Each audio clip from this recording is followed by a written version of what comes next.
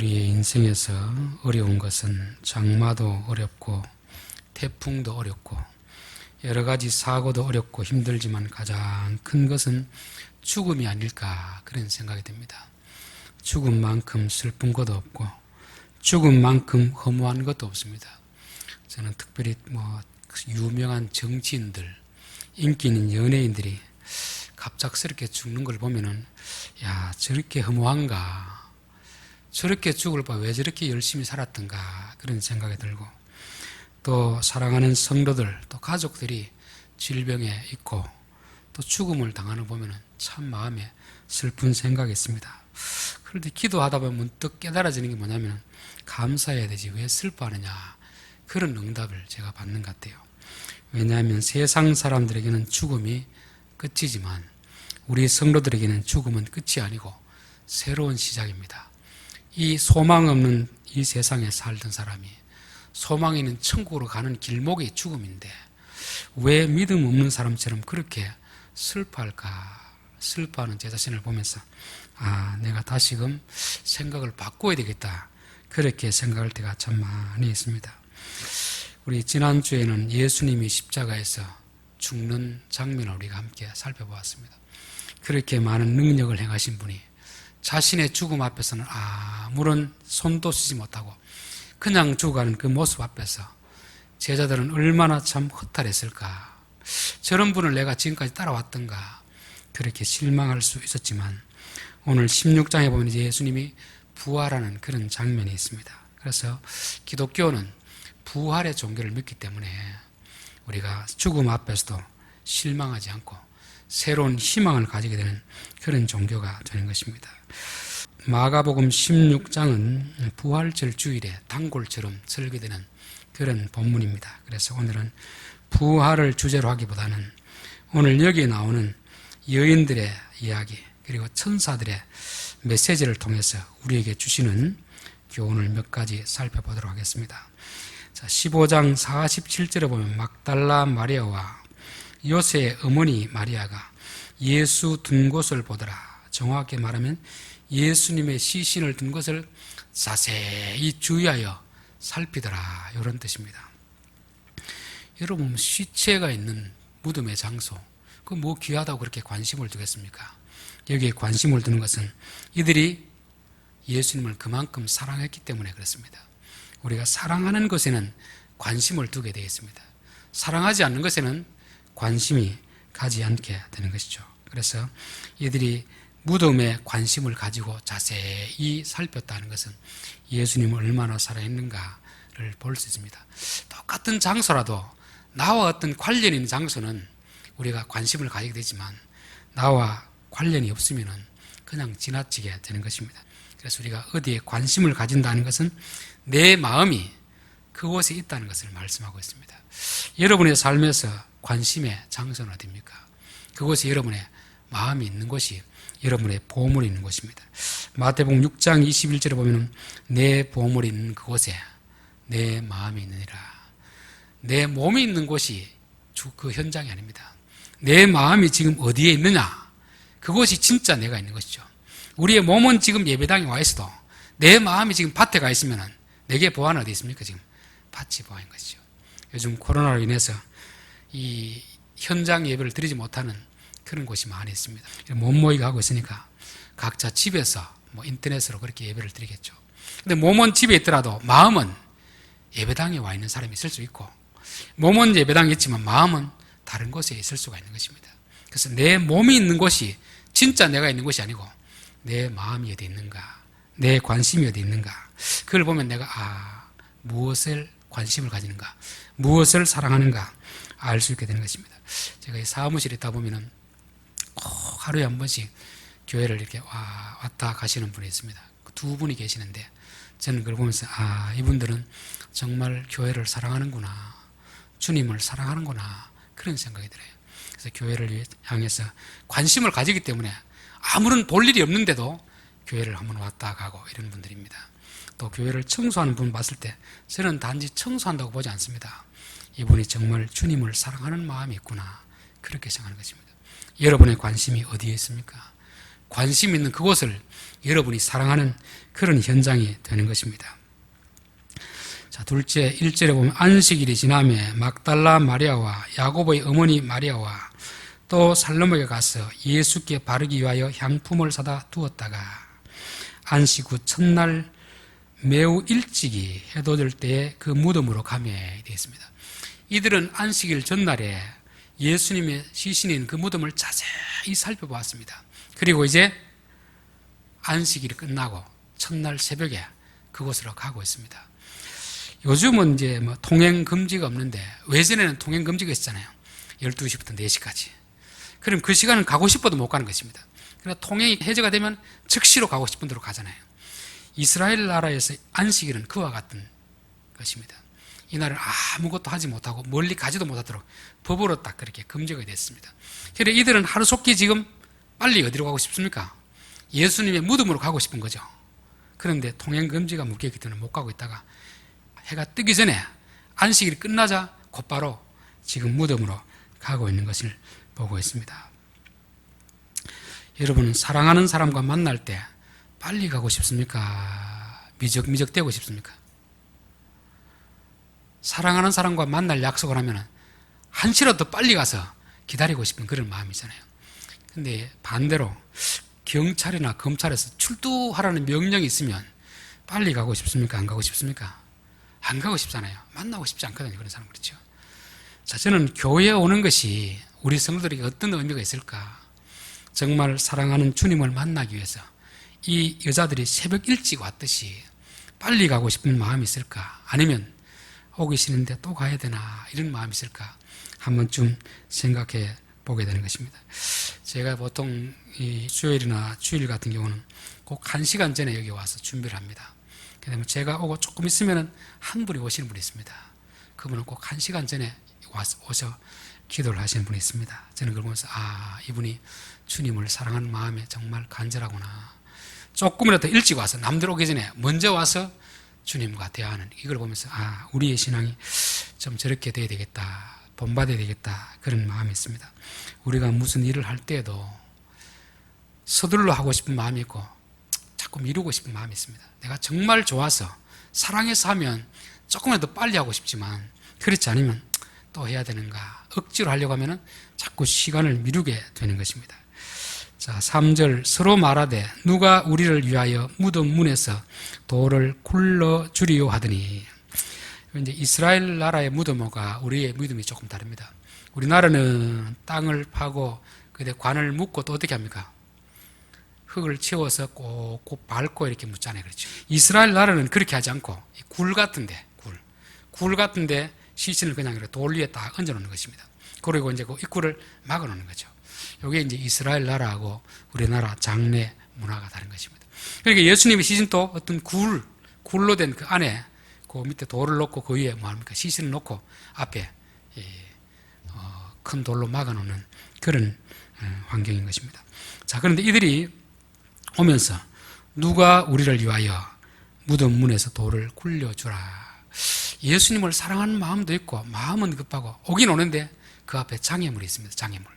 왜냐하면 그 돌을 그걸 옮겨야 되는데 여자들 힘으로서는 그걸 옮길 수 없는 것입니다. 자, 그러면 여기서 이제 두 부류로 나눌 수 있겠죠.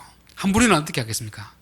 가도 어차피 우리가 돌 못 옮기는데 조금 기다렸다가 제자들을 다른 사람 부탁해 같이 가자. 같이 가서 돌을 옮겨야 그 안에 들어볼 수 있는데 옮겨야 그 안에 가서 이 향유를 부을 수 있는데 거기까지 가서 급하게 가서 돌을 못 옮기면 어떻게 됩니까? 헛걸음하잖아요. 그렇죠? 그런데 한 부류는 그래도 가보자. 뭐 또 다른 길이 있겠지. 이렇게 할 수 있습니다. 그래서 어떤 장애물이 딱 닥칠 때 보면은 두 부류는 나누는 그 부류가 뭐냐면 한 부류는 정말 이 일을 하고 싶어서 가는 사람이 있습니다. 한 부류는 하기 싫은데 이 여론에 떠밀려가지고 가는 사람이 있습니다. 그런데 진짜 이 일이 좋아서 하는 사람은 장애물이 있을 때 어떻게 합니까? 있음에도 불구하고 가는 것입니다. 그런데 하기 싫어서 억지로 하는 사람은 장애물에 딱 걸리면 어떻게 합니까? 봐봐라, 우리 가도 할 수 없으니까 돌아가자. 나중에 오자. 이렇게 하는 거죠. 교회 어떤 일을 할 때도 마찬가지입니다. 이 일을 하려고 할 때 정말 그 일이 하고 싶어서 하는 사람이 있고 하기 싫은데 억지로 따라가는 사람이 있습니다. 어떻게 알 수 있는가? 그 앞에 장애물이 딱 닥치면 어떤 태도를 취하는가 보면 알 수 있습니다. 그 장애물을 핑계 삼아서 가지 말자, 하지 말자 하는 것은 이 사람이 애당초 할 생각이 없었는데 그냥 따라왔구나 이런 사람이고, 장애물이 있더라도 해봅시다, 가는 데까지 가봅시다, 가서 막힐더라도 하는 데까지 해봅시다 이런 사람이 있습니다. 이런 사람은 정말 그 일을 하고 싶어서 하는 그런 사람이 되는 거죠.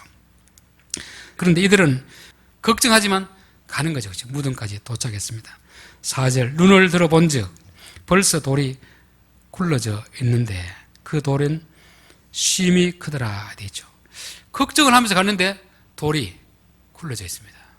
이게 누가 이거 굴러놨겠습니까? 지키고 있던 군인들이 굴렸겠습니까? 그렇진 않겠죠.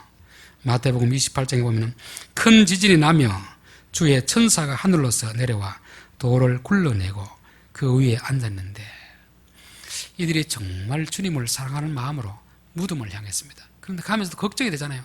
이 돌을 어떻게 옮길까 걱정하고 있을 때 하나님은 이미 천사를 통해서 이걸 다 굴려놓은 거잖아요.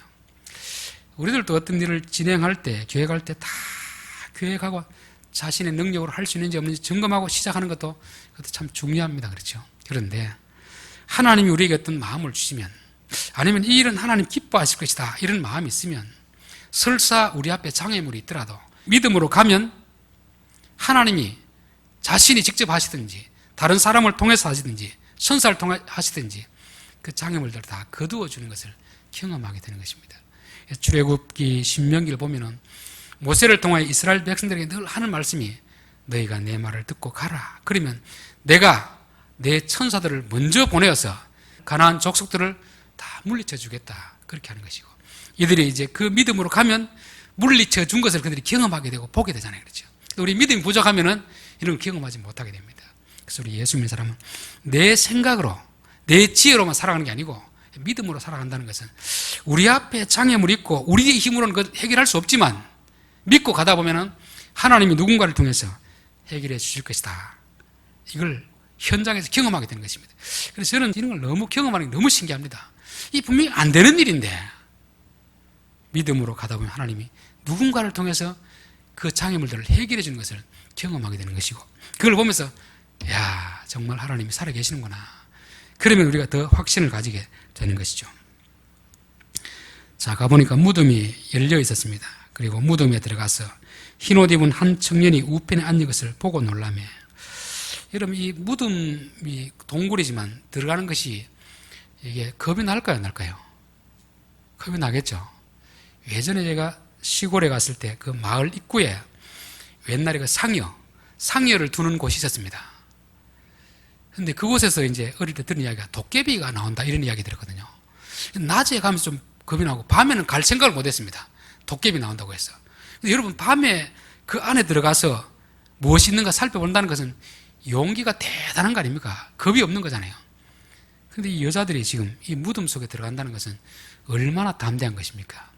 요한복음 20장에 보면 베드로와 그 다른 제자가 나가서 무덤으로 갈새 둘이 같이 다름질하더니 그 다른 제자가 베드로보다 더 빨리 달려가서 먼저 무덤에 이르러 구부려 세마포 놓인 것을 보았으나 들어가지는 아니하였으니.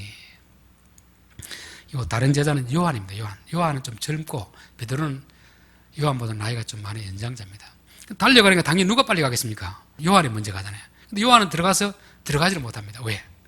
겁이 나니까 못 들어가잖아요. 근데 베드로는 어떻습니까? 들어가잖아요. 베드로는 용기가 있어 들어가는 게 아니고, 베드로는 성격 자체가 물불 안 가리고 생각 없이 행동부터 먼저 나오는 사람입니다. 그렇게 들어가는 것입니다. 근데 베드로가 무덤에 들어가는 것과 여자들이 무덤에 들어가는 것은 이게 차원이라는 거죠. 차원. 그렇죠. 베드로는 성격상 그렇게 들어가는 거지만 여자들은 왜 들어갑니까? 사랑하기 때문에 사랑하기 때문에, 주님을 사랑하기 때문에 들어가는 것입니다. 그 속담에 그런 말이 있습니다. 여자는 약하지만 어머니는 강하다 하는 말이 있잖아요. 여자는 약한 존재인데 자기 자식을 위해서라면 물불을 안 가립니다. 이 사랑이라는 것이 그만큼 힘이 있거든요. 그래서 사랑은 모든 두려움을 이기느니라 하는 말이 있잖아요. 그래서 이 보통 종교 역사를 봐도 주를 위해 순교하는 사람들은 주님을 사랑하는 그 마음 때문에 자기 죽음도 두려워하지 않는 그런 것입니다. 자, 5절 무덤에 들어가서 흰옷을 입은 한 청년이 우편에 앉은 것을 보고 놀라며 여러분 무덤 속에 뭐가 있다고 생각하고 들어갔죠? 예수님의 시신이 있을 거라고 생각하고 들어갔습니다. 그런데 들어가 보니까 한 흰 옷 입은 청년이 딱 앉아 있습니다. 여러분 같으면 이런 장면을 볼 때 어떻게 되겠습니까? 아무렇죠. 기절해야 되겠죠. 아니 뭐 있다고 생각하고 들어갔으면 괜찮은데 아무것도 없고 죽은 시체만 있다고 생각하고 들어갔는데 사람이 딱 앉아 있으니까 얼마나 놀라겠습니까? 깜짝 놀라잖아요. 그렇죠? 그런데 이 여자들은 전혀 놀라긴 한데 뒤로 까무러치지는 않습니다. 이걸 보면 여자들이 좀 강한 것 같아요. 그렇죠? 자, 청년이 이르되 놀라지 말라. 너희가 십자가에 못 박히신 나사렛 예수를 찾는구나. 그가 살아나셨고 여기에 계시지 아니하니라. 보라, 그를 두었던 곳이니라. 여기 이제 천사들에 대해서 어떤 곳은 천사라 해놓고 어떤 곳은 청년이라 해놨는데 마태복음, 마가복음, 요한복음 보면 조금 그 묘사해놓은 게 조금 틀립니다. 그래서 어떤 곳에는 한 사람, 어떤 사람은 두 사람. 마태복음에는 돌 위에 앉아있는 걸로 나오고 바깥 굴린 돌 위에, 여기는 예수님의 시신을 뒀던 돌 위에 이렇게 들어 나왔죠. 그럼 이걸 가지고 뭐 서로 누가 맞느니 틀리니 이렇게 왈가불가하는 경우가 있는데, 여러분 어떤 이야기라든지 글을 볼 때는 그 핵심을 보는 게 중요합니다. 핵심. 그렇죠. 주변 이야기 자꾸 이걸 가지고 자꾸 논쟁을 할 필요 없어요. 이건 영적인 존재이기 때문에 두 사람을 볼 수도 있고 한 사람을 볼 수도 있고 안 보일 수도 있고 이런 것입니다. 그렇잖아요. 영적인 존재를 내가 보고 싶다 보는 게 아니고 그쪽에서 보여줘야 보이는 거거든요. 마태의 눈에는 두 사람이 보일 수도 있고 베드로의 눈에는 한 사람이 보일 수도 있는 것입니다. 그렇기 때문에 몇 명을 봤느냐 이게 중요한 게 아니고 중요한 것은 이 천사가 하는 내용이 중요합니다. 그래서 천사의 메시지가 중요한 것이죠. 이 천사는 세 가지 지금 말을 하고 있습니다. 첫째는 너희들이 여기 온 이유를 너는 안다. 십자가에 달린 예수님을 보러 왔구나. 두 번째는 그 예수님은 살아나셨고 여기 계시지 않는다는 것이고, 세 번째는 예수님은 갈릴리로 가야 만날 수 있다. 그 말씀을 하는 거죠. 자, 이 여자들은 참 예수님을 사랑했습니다. 열정도 대단했습니다. 그런데 이곳에 온 이유는 부활하신 예수님을 만나러 온 것이 아니고 누구를 만나러 왔습니까? 죽은 예수님의 시신에게 향유를 붓기 위해서 왔습니다. 그런데 시신이 없었습니다. 얼마나 허탈하겠습니까? 그렇겠죠? 사랑하는 것도 좋고 달려온 열심도 중요한데 중요한 것은 자기들의 기대가 다 무너지는 것입니다. 향유를 가지고 왔는데 향유 부을 시신이 없습니다. 얼마나 허탈하겠습니까? 그래서 우리가 이걸 통해서 알 수 있는 것은 사랑하는 것도 중요하고 열심도 중요하지만 바른 지식이 중요하겠다. 바른 믿음이 중요하겠다. 예수님이 그 이전에 분명히 뭐라고 했습니까? 사흘 후에 내가 살아나서 갈릴리로 가겠다 했잖아요. 그러면 예수님 만나려면 어디로 가야 됩니까?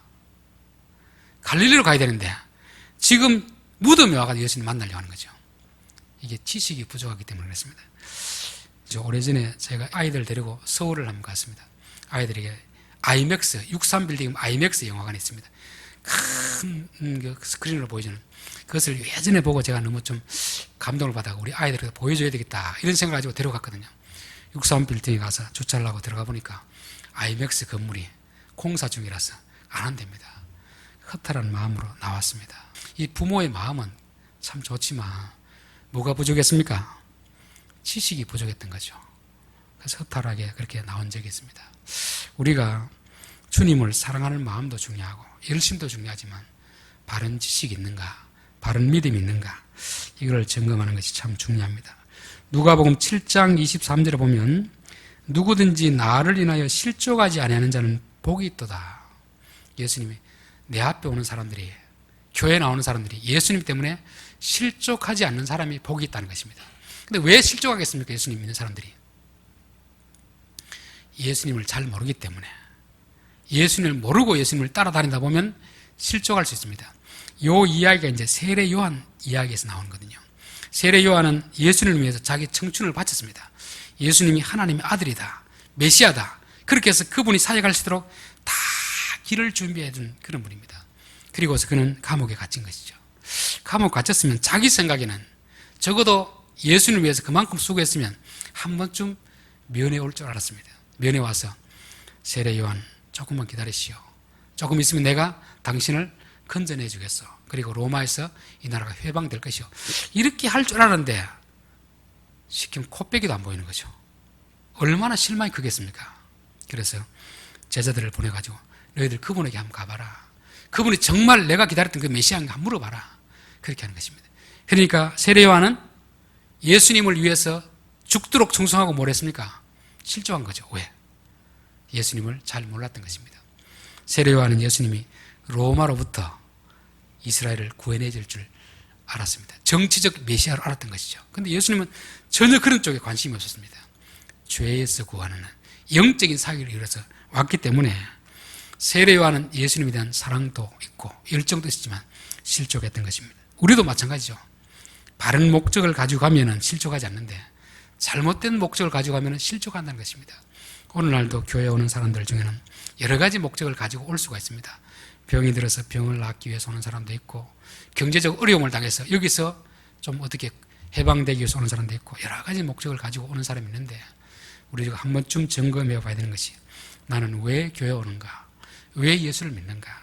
바른 목적을 가지고 오면 실족하지 않는데 그렇지 않으면 실족하게 되는 것이죠. 우리가 다시 한번 점검해 봐야 됩니다. 나는 왜 교회에 나오는가? 왜 예수를 믿는가?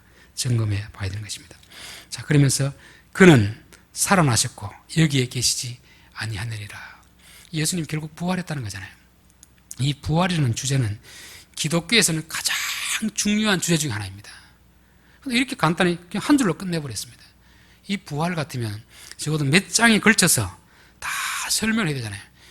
이 부활이 없으면 기독교는 소망이 없는 거짓말에 불과한 종교거든요. 기독교가 다른 종교와 차별되는 건 뭐냐면 바로 부활 때문에 그렇습니다. 다른 종교는 다 이 현 세계에 대해서 말하잖아요. 살아있는 동안에 어떻게 하면 내가 좀 행복하게 살 수 있을까? 그걸 다루지만 기독교는 살아있는 삶도 중요하지만 더 중요한 것은 죽음 이후의 삶을 다루는 것입니다. 그게 부활이거든요.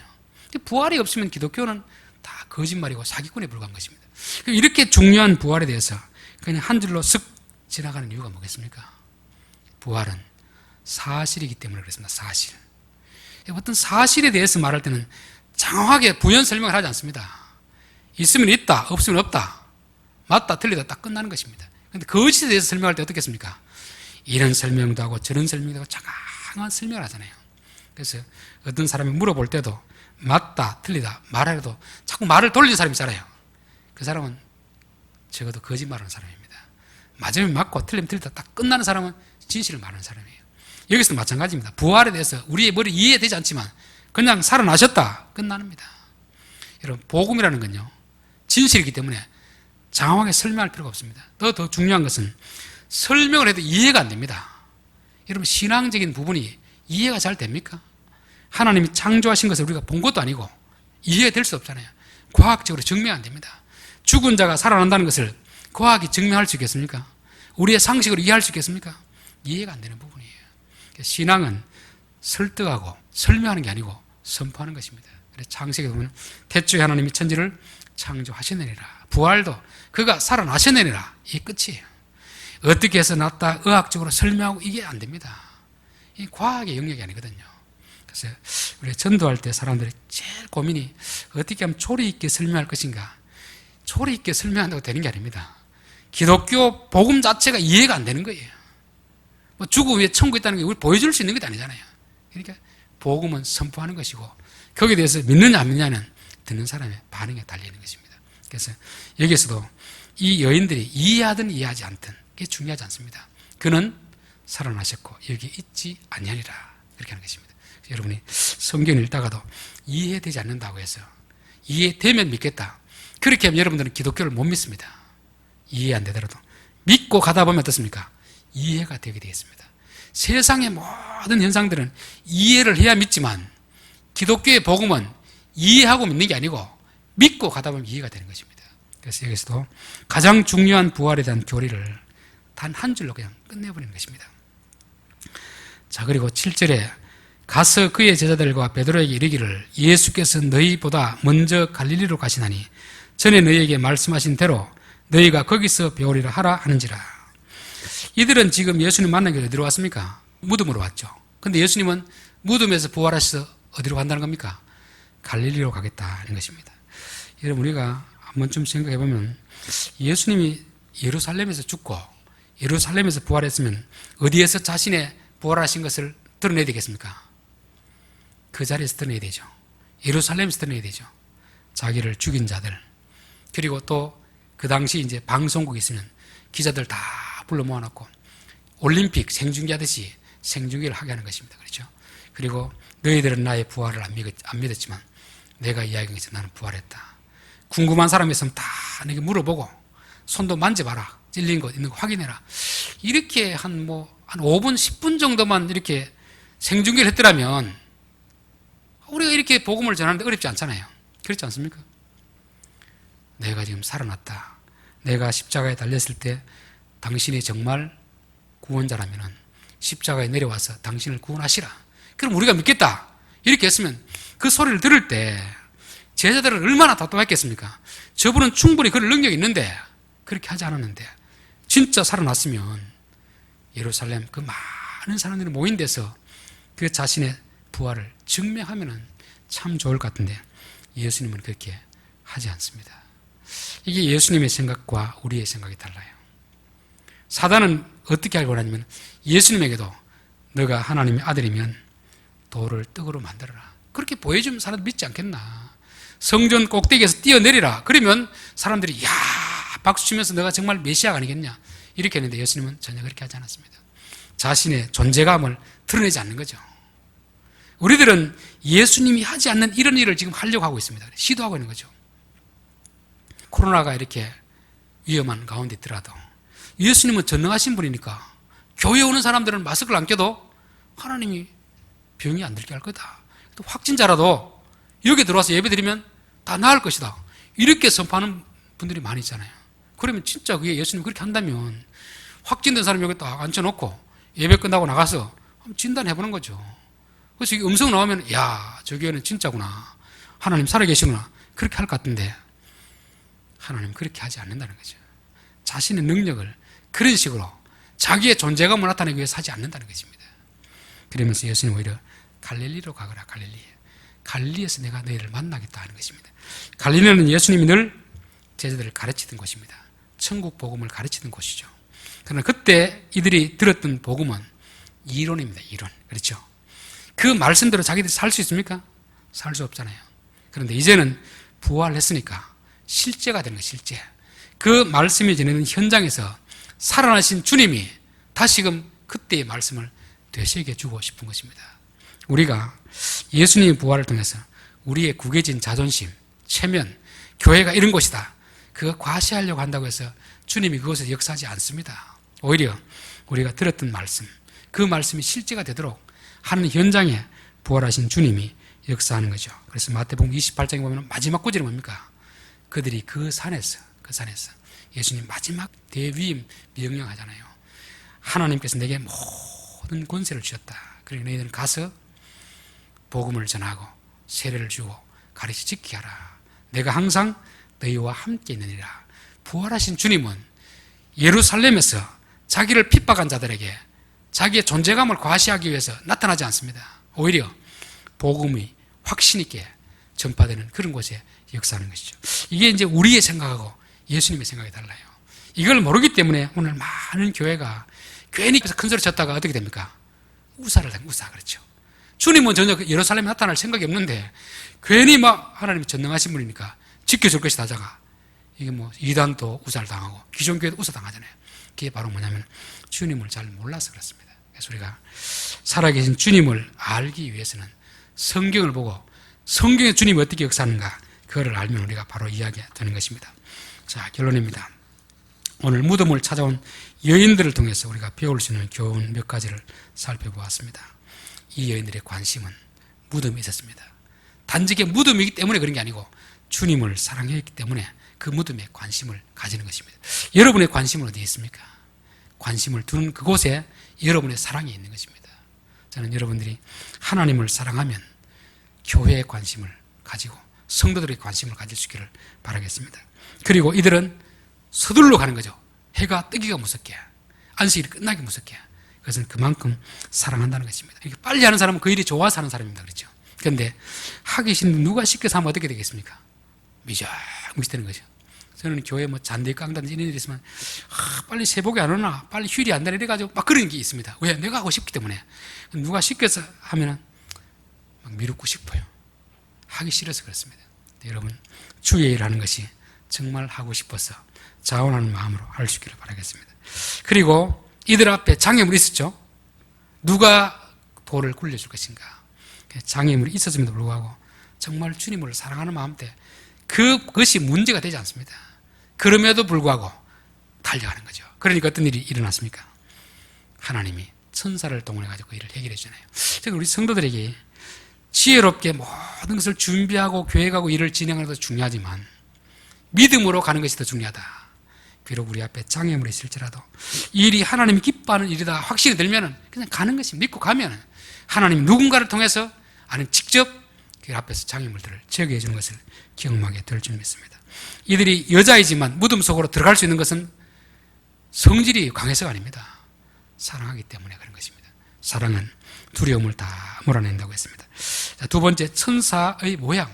한 명이냐 두 명이냐 이게 중요한 게 아니고 뭐가 중요합니까? 천사가 전하는 메시지가 중요합니다.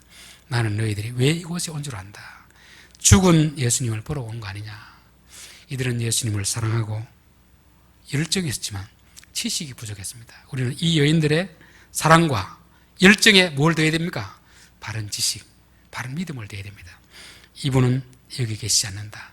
살아나셨다. 그래서 우리가 교회 오는 것은 죽은 주님을 만나기 위해서 오는 게 아닙니다. 살아계신 주님을 만나기 위해 오는 것이죠. 그런데 주님을 어디서 만나줍니까? 예루살렘이 아니고 갈릴리에서 만나주는 것입니다. 우리의 구겨진 자존심, 내가 예수 믿는 사람들이 이렇게 모독을 당했습니다. 이 사람들 앞에서 내가 하나님 살아계심을 증명하겠습니다. 이럴 장소에 오는 게 아닙니다. 말씀을 들은 말씀을 깨닫게 해주시고 그 말씀이 확신 있게 증거되는 그 현장에 살아계신 주님은 역사한다고 말씀하는 것입니다. 기도드리겠습니다.